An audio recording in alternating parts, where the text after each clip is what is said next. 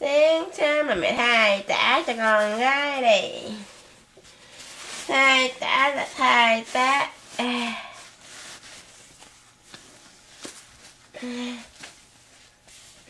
Thôi nằm yên đi, mẹ đau bụng mẹ là con đạp.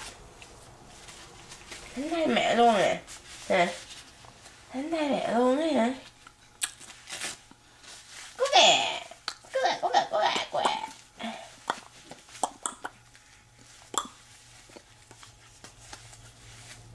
Sáng sớm là mặt ngầu. Ủa.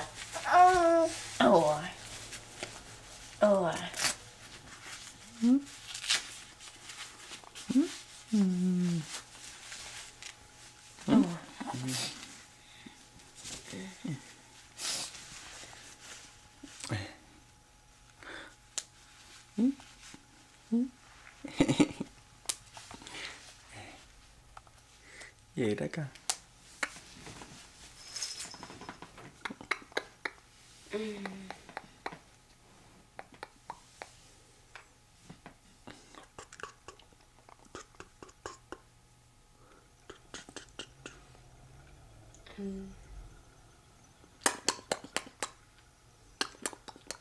Chu mỏ gì cũng chu mỏ. Đây đừng chu mỏ mẹ. Coi